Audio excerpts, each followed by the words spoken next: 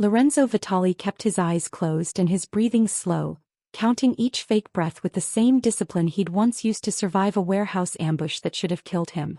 The sedation had worn off 2 hours ago. He hadn't moved a muscle since. 3 bullets, 1 ambush, and a hospital room he didn't yet trust. That was reason enough to stay perfectly, deliberately still, listening to every voice that passed his door, cataloging every set of footsteps in the private ICU wing where his security had insisted he recover. He had no idea who'd tipped off the men who'd been waiting for him outside that warehouse. He wasn't going to find out with his eyes open, advertising exactly how alert he actually was to anyone who might walk through that door with more than a stethoscope in hand. The door opened quietly at 11 that night. Soft-soled shoes. A careful, practiced tread.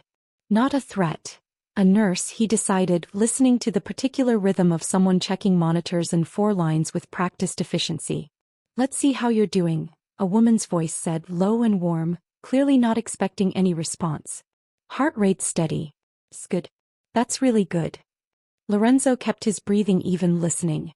She adjusted something near his 4-line, her fingers brushing his wrist briefly, professional and unhurried. He felt the small, cool weight of a pin catch against his skin. Something on her scrubs, he realized, close enough that she must have been leaning in to check the line more carefully. "You've been out cold for 2 days, she said quietly, more to herself than to him, the particular idle murmur of someone accustomed to speaking to patients who couldn't answer back. "I hope wherever you are right now it's peaceful. God knows you probably don't get much peace, given the security detail parked outside your door." Lorenzo almost smiled. He didn't. "I talk to my patients sometimes," she continued, voice dropping even softer, "when they can't hear me. It's easier than talking to the ones who can. Nobody judges you when you're unconscious." Something in her tone shifted. Quieter, heavier, carrying weight he recognized instantly, the particular sound of someone circling a confession they'd never planned to speak aloud. "I made a mistake once," she said. "Years ago. My 2nd year as a nurse. I recommended a medication adjustment for a patient. I was so sure, so confident, and I was wrong." He declined faster after that. "I've never told anyone. Not my supervisor, not my own family. I've carried it for 6 years, wondering if I actually hurt him, wondering if I should have just kept my mouth shut and let the doctor make that call alone." Her voice caught just slightly. "I still don't know if it's the reason he got worse," she whispered. "I'll probably never know for certain. But it's the thing I'm most afraid anyone will ever find out about me. That I'm not actually as careful as everyone thinks I am." Lorenzo lay motionless, listening to a stranger's raw, unguarded honesty fill the quiet room, something tightening behind his ribs that had nothing to do with his healing wounds. She finished adjusting his monitors, her voice returning to its earlier, gentle professionalism. "Rest well," she said. "Whoever you are." The door clicked shut behind her. Lorenzo opened his eyes slowly, staring at the ceiling, replaying every word of a confession meant for an empty room, and understanding with sudden, unexpected clarity that he needed to know exactly who that voice belonged to. Katherine Reyes was 25 years old, and the private ICU wing at Manhattan's Presbyterian Lenox Hospital represented both the proudest achievement of her young career and the source of an exhaustion she rarely let anyone see. She lived in a small 1-bedroom apartment in Astoria, Queens, a 40-minute commute she made every single day regardless of the hour, because Manhattan rent on a nurse's salary had never once been a realistic possibility. Her financial pressure was constant but manageable. Student loans from nursing school, rent that consumed a significant portion of her paycheck, and a standing private commitment to sending money home to her mother, who'd worked 2 jobs throughout Katherine's entire childhood to keep them afloat after her father left. Her personal goal, held close and rarely discussed with colleagues, was to eventually pursue her nurse practitioner certification, a credential that would let her provide more comprehensive care without needing a doctor's approval for every clinical judgment she made, though the goal felt, most months, perpetually out of financial reach. Her emotional wound ran deep and specific. 6 years earlier, in her 2nd year of practice, she'd recommended a medication adjustment for a patient named Harold Weiss, confident in her clinical read of his symptoms. He'd declined rapidly afterward, not necessarily because of her recommendation, the retrospective chart review had suggested, but not necessarily unrelated either, and the uncertainty had never fully released its grip on her conscience. She'd never told anyone. Not her supervisor. Not her closest friend from nursing school. She carried it privately, a small, sharp stone she turned over in quiet moments, especially late at night, especially with patients too sedated or unconscious to judge her for speaking it aloud. Her moral boundary was simple and unbending.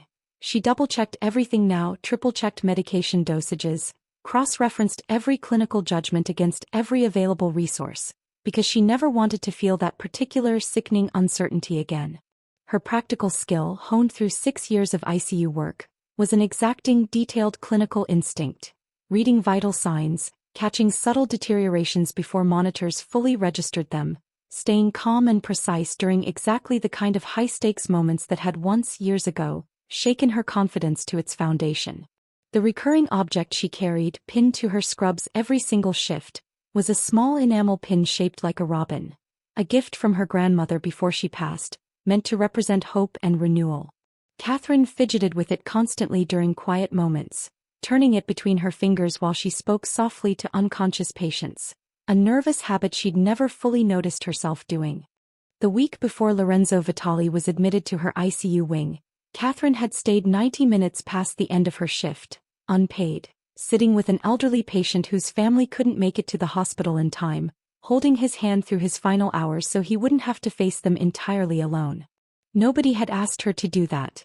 She'd done it because letting someone die without a single hand to hold felt like exactly the kind of quiet abandonment she'd promised herself. After Harold Weiss, she would never allow herself to become comfortable with. That same instinct, quietly compassionate, entirely private, never performed for an audience, was exactly what sent her speaking her deepest guilt aloud to a patient she believed was fully unconscious, unaware that every word was landing on ears that were very much awake. Reviewing her patient rounds the following morning, Katherine found her new charges chart flagged with unusual security protocols. A private wing assignment, an armed detail stationed discreetly outside the door, restrictions on who could access his room or his records that she'd never seen attached to an ordinary patient file. Mr. Vitale, the attending physician told her during rounds, requires discretion. His security team has specific protocols. You'll be his primary nurse for the remainder of his stay. Katherine's stomach tightened with a mixture of professional curiosity and unplaceable unease. Is there something specific I should know about his condition? Gunshot wounds, the physician said carefully. Recovering well. Beyond that, I'd recommend not asking too many questions about the details. Katherine absorbed the warning, professional caution settling over her as she reviewed his chart one final time before her rounds began. She had no idea, walking toward his room that morning, that the patient waiting for her, composed, controlled, his eyes now fully open and alert, had spent the entire previous night replaying every word of a confession she'd believed was hers alone to carry. Lorenzo watched the door open and recognized her instantly, not by face which he'd never seen but by voice, by the particular careful rhythm of her footsteps, by the small enamel pin catching morning light against her scrubs. "Good morning, Mr. Vitale," Katherine said, approaching his bedside with professional efficiency. "I'm Katherine, your primary nurse. How are you feeling?" "Better," Lorenzo said, his voice rough from 2 days of disuse. "Considering." Katherine checked his vitals with practiced competence, unaware of exactly how closely he was studying her, the careful, exacting way she cross-referenced his monitor readings, the small, unconscious way her fingers found the robin pin on her scrubs and turned it briefly before returning to her clinical tasks. "Your vitals look strong," she said. "You're healing faster than we typically see with injuries this significant." "I've had practice," Lorenzo said, something dry in his tone. Katherine's eyes flicked to him, professional curiosity briefly breaking through her careful composure. "That's not usually something patients say with a straight face." "I'm not usually a patient who requires an armed security detail outside his hospital room," Lorenzo said. "I imagine you've already noticed that."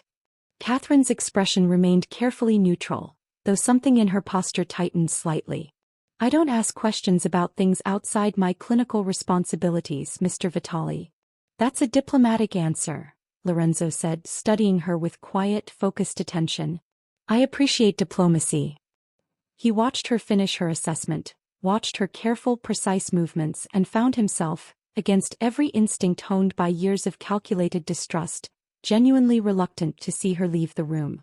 "I'd like to request you specifically for my continued care," he said before she could exit. If that's something the hospital allows.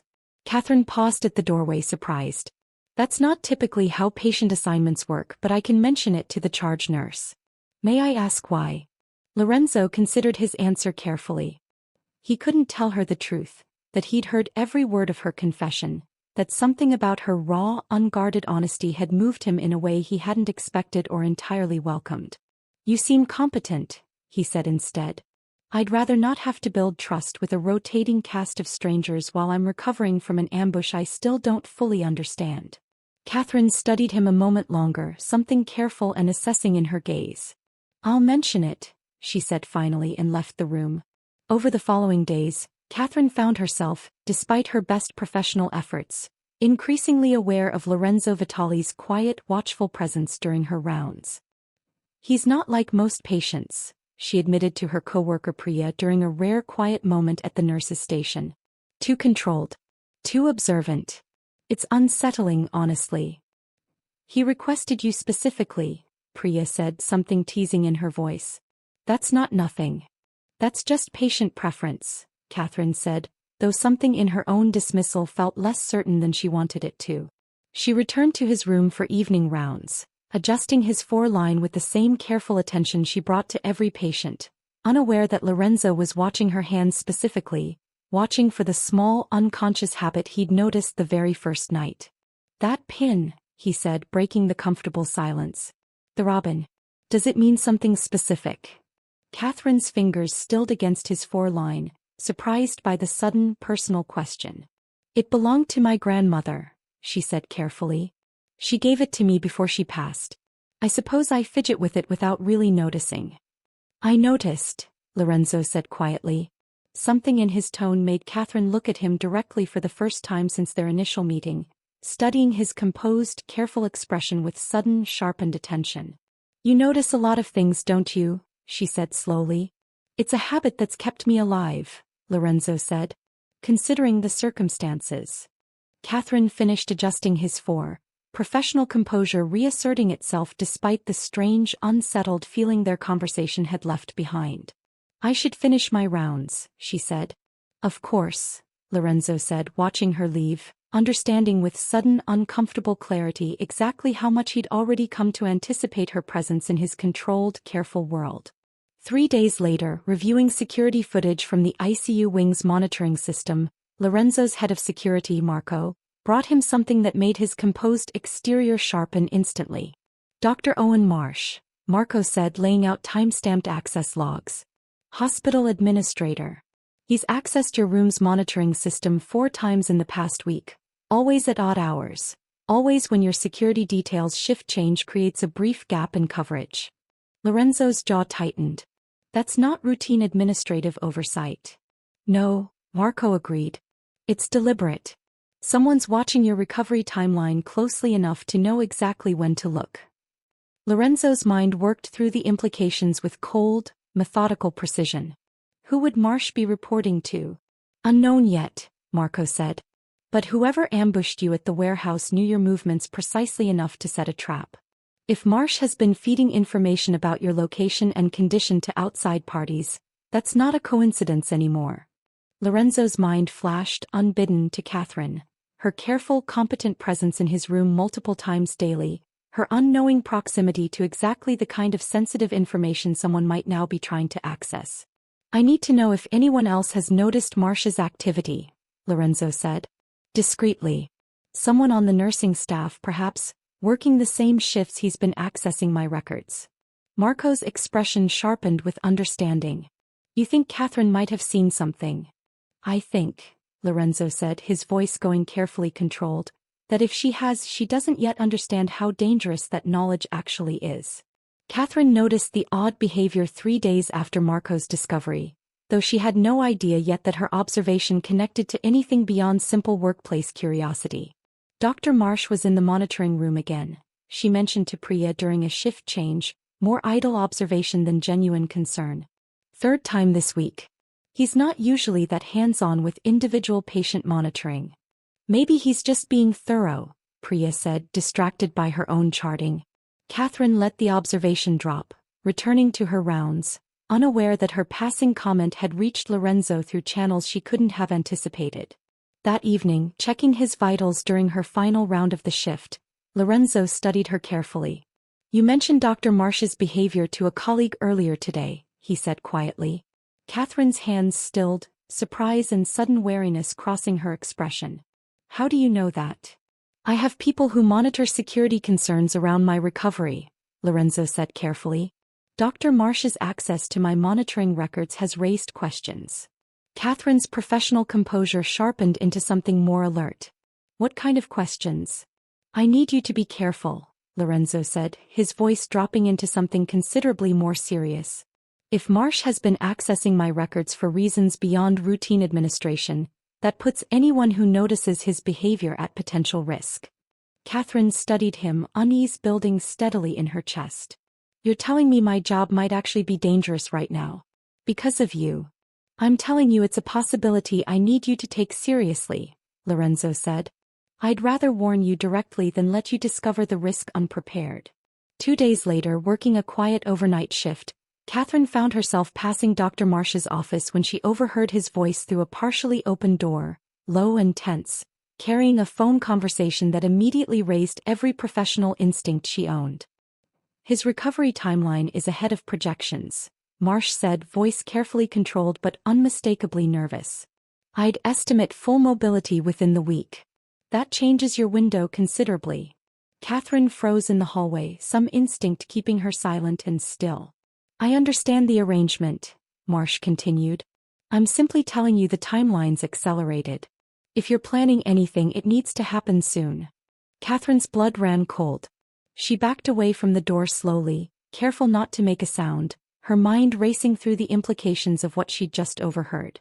She found Lorenzo's room within minutes, her composure fraying at the edges despite her best professional effort. "I need to tell you something," she said, closing the door behind her. "I just overheard Dr. Marsh on the phone. He was discussing your recovery timeline with someone. He said something about a window and an arrangement." Lorenzo's expression went completely still. "Tell me exactly what you heard. Word for word if you can remember it." Katherine recounted the conversation as precisely as she could, watching Lorenzo's controlled exterior tighten with each detail. "That confirms it," he said grimly once she'd finished. "Marsh is feeding information about my condition and location to whoever ordered the ambush that put me here." Katherine's stomach dropped. "You're telling me I just overheard evidence of an active conspiracy?" "Yes," Lorenzo admitted. "And if Marsh realizes you heard that conversation, you become a liability to whatever arrangement he's protecting." The external consequence arrived faster than either anticipated. The following day, Katherine's supervisor called her into the office, visible discomfort in her expression. "There's been a complaint about your performance," her supervisor said carefully. "Dr. Marsh flagged some concerns about your documentation accuracy on Mr. Vitale's chart." Katherine's stomach tightened. "That's not accurate. My documentation's always been thorough." "I know your work, Katherine," her supervisor said. "But this is coming from the hospital administrator directly. I have to take it seriously, at least enough to review your recent charts." Katherine left the meeting furious and unsettled, calling Lorenzo the moment she found a private moment. "Marsh is trying to discredit me professionally," she said. "He flagged concerns about my documentation. This is retaliation, isn't it? Because of what I overheard." "I believe so," Lorenzo said, his voice going cold and absolute. "I should have anticipated he'd move against you once he realized you might have heard something incriminating." "What does that mean for me?" Katherine asked, fear finally cracking through her professional composure. "It means I need to move you somewhere I can actually protect you," Lorenzo said, "while I address Marsh's involvement properly." Katherine's instinctive independence flared, even through genuine fear. "I don't want to be treated like I'm fragile. I can handle my own career, my own safety." "I'm not suggesting you're fragile," Lorenzo said. "I'm telling you that Marsh has already demonstrated he's willing to undermine your professional standing to protect whatever arrangement he's part of. That's not something you should have to handle alone." Katherine considered his careful, direct offer, weighing genuine fear against her fierce reluctance to let her hard-won professional independence dissolve into dependence on a patient's protection. If I accept help, she said finally, it's on my terms. I keep working. I'm not disappearing from my own life because of danger I didn't create. Agreed completely, Lorenzo said without hesitation. Whatever you need. That evening, Marco confronted Lorenzo directly, visible concern in his expression. Moving to protect a nurse personally draws considerable attention, Marco said. If Marsh realizes how much weight you're putting behind her safety, it confirms exactly how much she actually knows. I'm aware of that risk, Lorenzo said. I'm not willing to leave her exposed to retaliation my presence directly caused.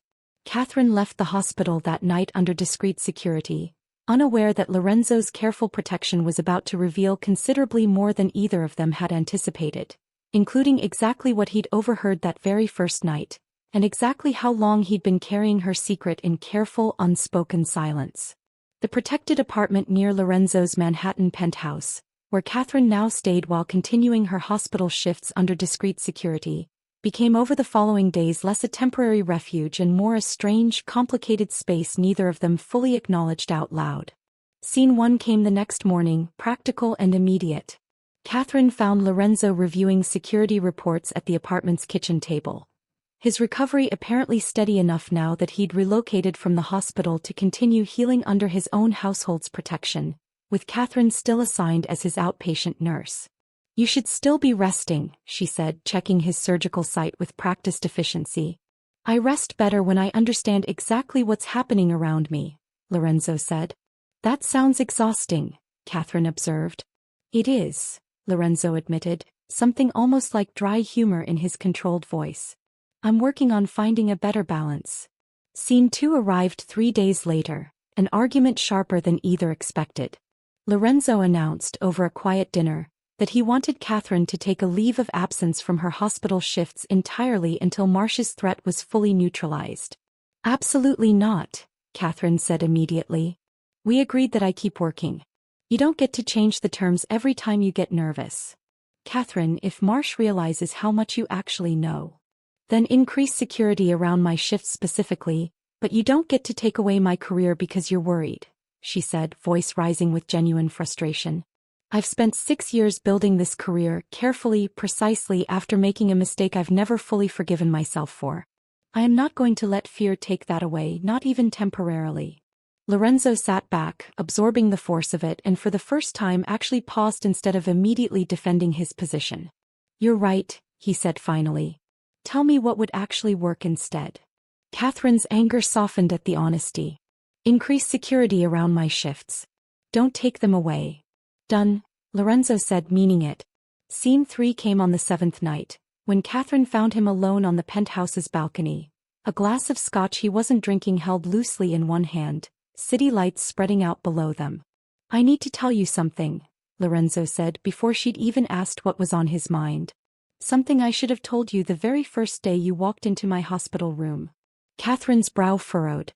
What is it? That first night, Lorenzo said slowly, after the ambush. I wasn't actually unconscious when you came in for your rounds. I was awake. I'd been awake for hours, keeping still, keeping my breathing steady, because I didn't trust who might walk through that door.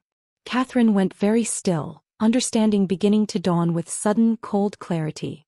You heard me. I heard everything, Lorenzo said quietly. The confession about the medication. About Harold Weiss. About 6 years of carrying that guilt alone. Katherine's face drained of color, humiliation and fury tangling together in her chest. You let me believe you were unconscious. You let me confess something I've never told another living soul, and you just listened. Silently. And then you never said anything, not that first morning, not any morning since. I know, Lorenzo said. I'm sorry. I should have told you immediately. Why didn't you? Katherine demanded, her voice shaking now. Because I didn't know how to tell you without making you feel exactly as exposed as you're feeling right now, Lorenzo admitted. And because of what you said, the honesty in it, the vulnerability, it moved me in a way I wasn't prepared for. I've spent years surrounded by people who tell me what serves them rather than what's true. You weren't performing anything. You were just being honest to what you believed was an empty room. Katherine's hands trembled, humiliation slowly giving way to something more complicated. That wasn't meant for anyone to hear. least of all a stranger who could use it against me. I would never use it against you, Lorenzo said, something raw and unguarded moving across his controlled features. I've thought about that confession every single day since. Not as leverage. As the most honest thing anyone said to me in longer than I can remember. That doesn't make this okay, Katherine said, though her voice had lost some of its earlier fury. You should have told me the truth immediately. You're right, Lorenzo said. I have my own reasons for staying silent about things. Reasons that have nothing to do with you and everything to do with someone I trusted once. Someone who used my own vulnerability against me in ways that nearly destroyed everything I'd built. I've spent years since then deciding that silence was safer than honesty. Watching you speak so openly, even to what you believed was an unconscious stranger, made me realize how much that silence has actually cost me. Katherine studied him, something in his raw, unguarded admission landing differently than her initial fury had allowed. Who betrayed you? She asked quietly. Someone close to my organization, Lorenzo said. Years ago. I trusted him with everything and he sold that trust to people who wanted to see me dead. I survived. Barely. But I've never fully trusted anyone the same way since. That's not an easy thing to carry, Katherine said, something warm and understanding moving through her despite her lingering hurt. No, Lorenzo agreed. Watching you carry your own guilt alone for 6 years, I understood exactly what that isolation costs a person. I didn't want to add to it by exploiting what you'd shared. I just didn't know how to tell you I'd heard it without making everything considerably more complicated. Katherine was quiet for a long moment, weighing her hurt against the raw honesty of his explanation. I need time, she said finally, to actually process this. Not forgiveness right now. Just time. That's fair, Lorenzo said. Take whatever time you need. 2 days later, reviewing security footage with Marco, Katherine found herself pulled into a conversation that shifted everything considerably beyond her lingering hurt about Lorenzo's silence. We finally decoded the specific phrase Marsh used on that call you overheard, Marco said, laying out documentation.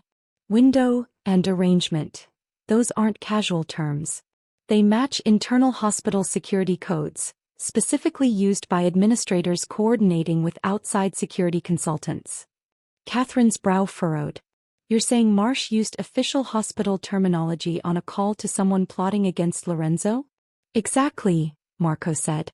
Which means his access wasn't just curiosity or gambling debt desperation.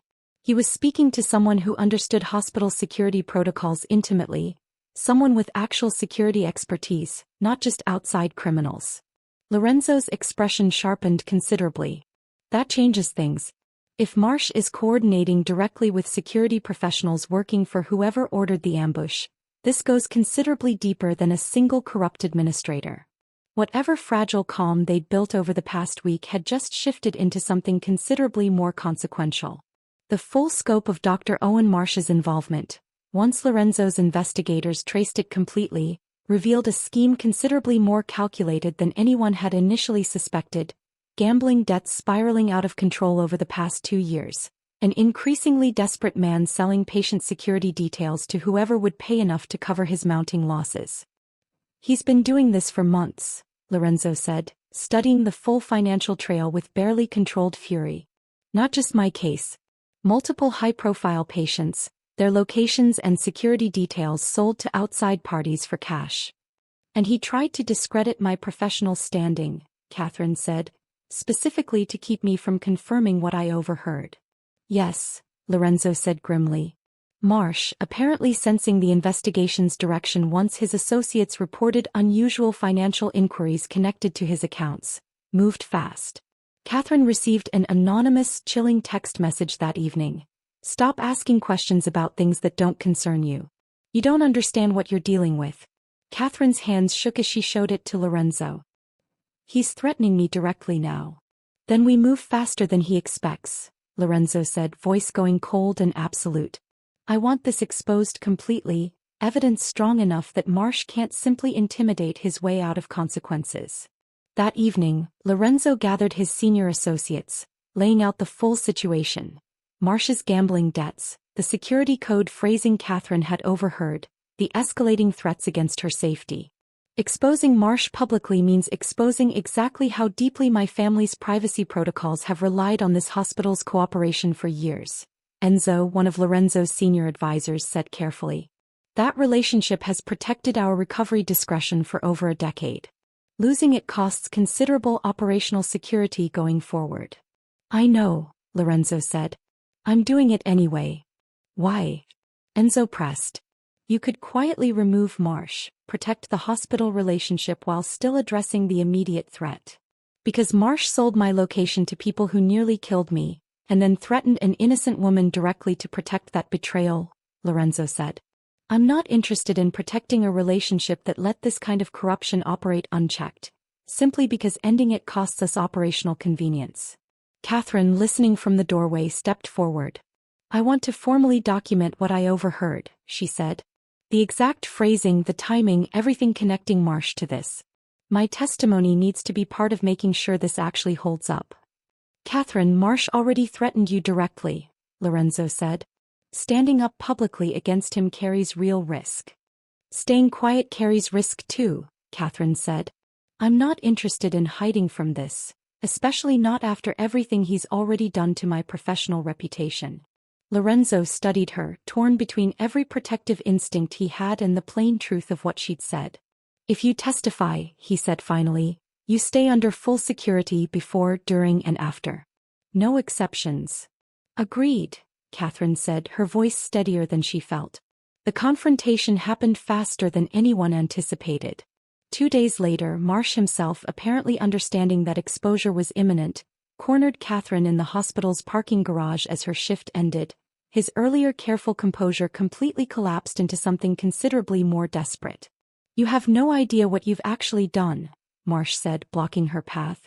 Years of careful arrangement, and you're about to destroy everything over some overheard phone call. I understood exactly what I heard, Katherine said, backing carefully toward the garage's exit, calculating distance the same way she'd learned to calculate danger in every high-stakes clinical moment of her career. You sold Lorenzo Vitale's security details to whoever ordered the ambush that nearly killed him. That's not something I misunderstood. You could have just stayed quiet, Marsh said, desperation cracking through his earlier polish.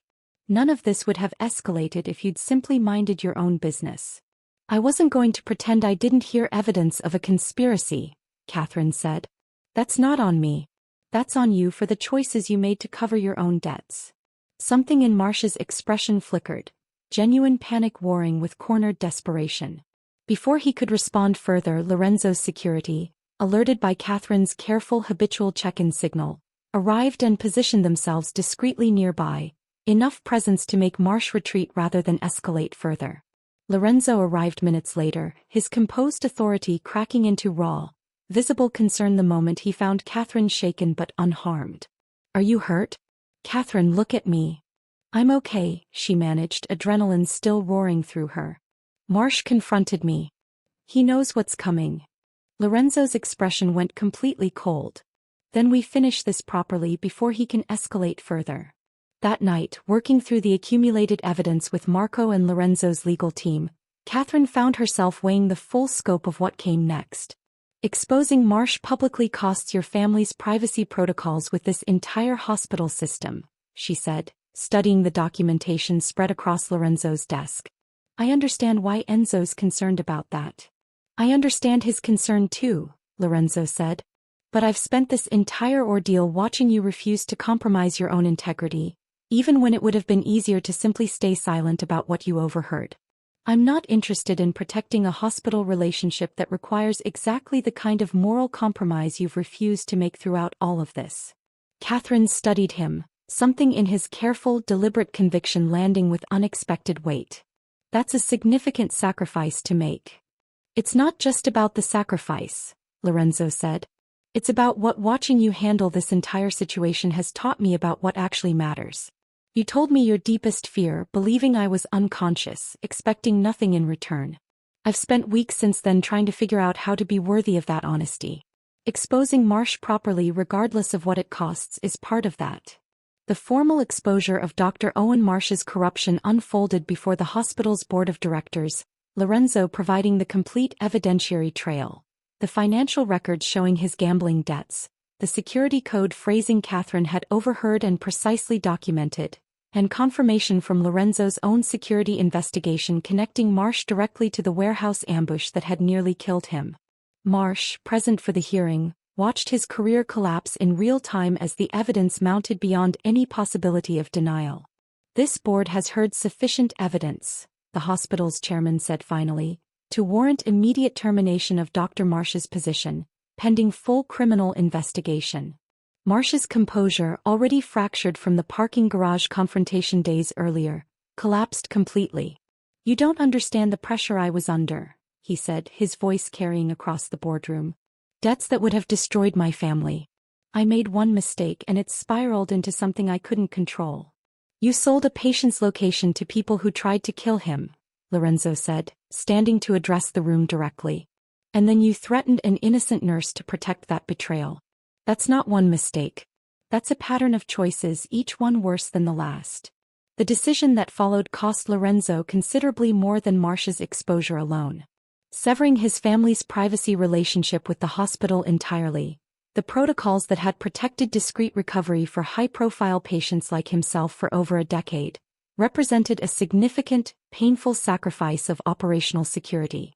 "This relationship has protected your family's recovery discretion for over 10 years, Enzo warned in Lorenzo's office, the full scope of the operational fallout becoming clear. Ending it entirely rather than simply replacing Marsh with someone more trustworthy costs considerable security infrastructure going forward. "I know," Lorenzo said. "I'm doing it anyway." "Why go that far?" Enzo pressed.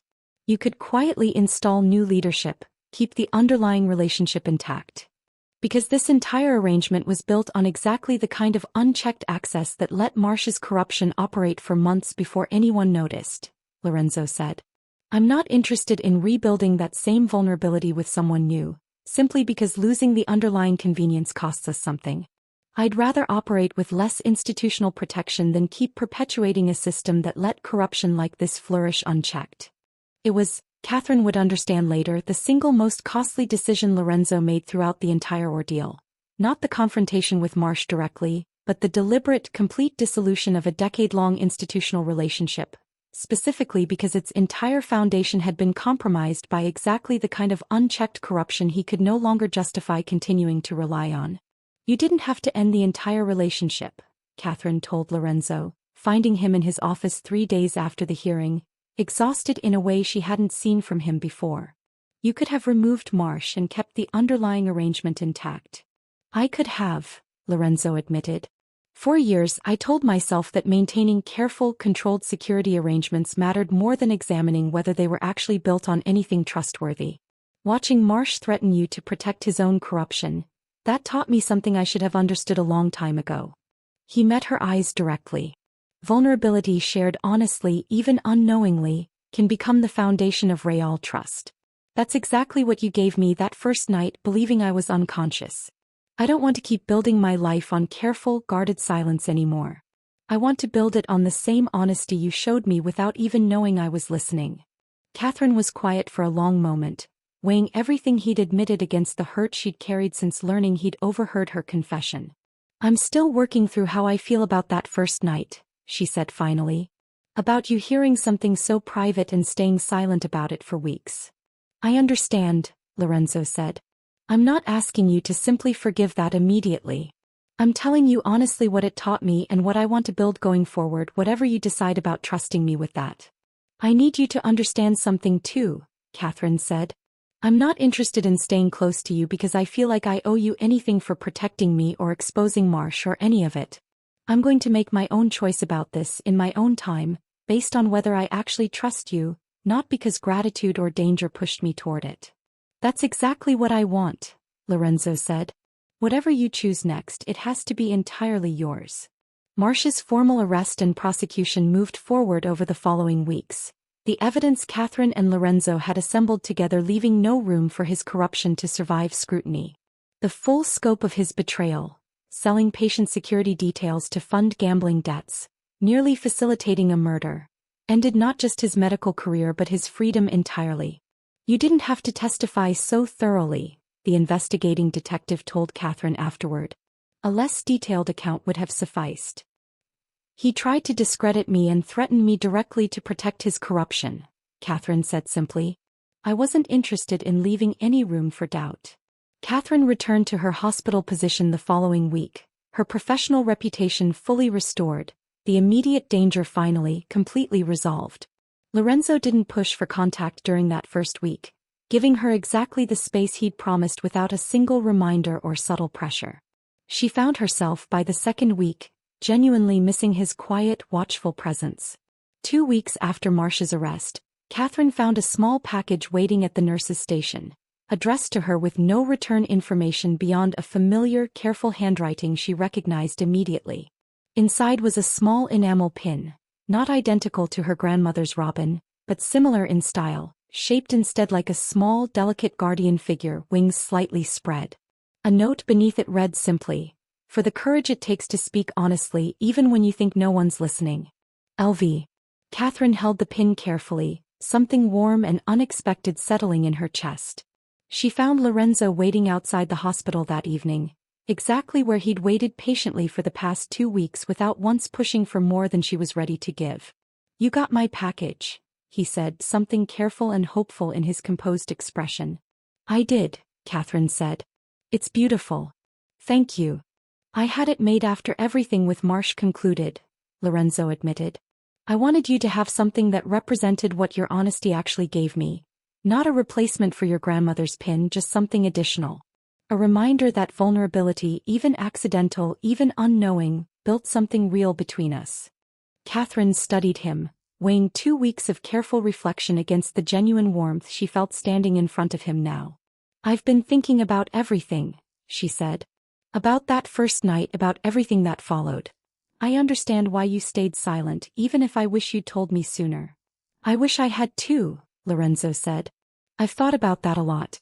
Whether staying silent, even briefly, actually served either of us, or whether it just protected my own discomfort with vulnerability a little longer than it should have." "It complicated things," Katherine admitted honestly. "But you also told me the truth eventually, even when it clearly cost you something to admit. And you listened, every single time I pushed back throughout everything that followed. That matters more to me than the initial silence."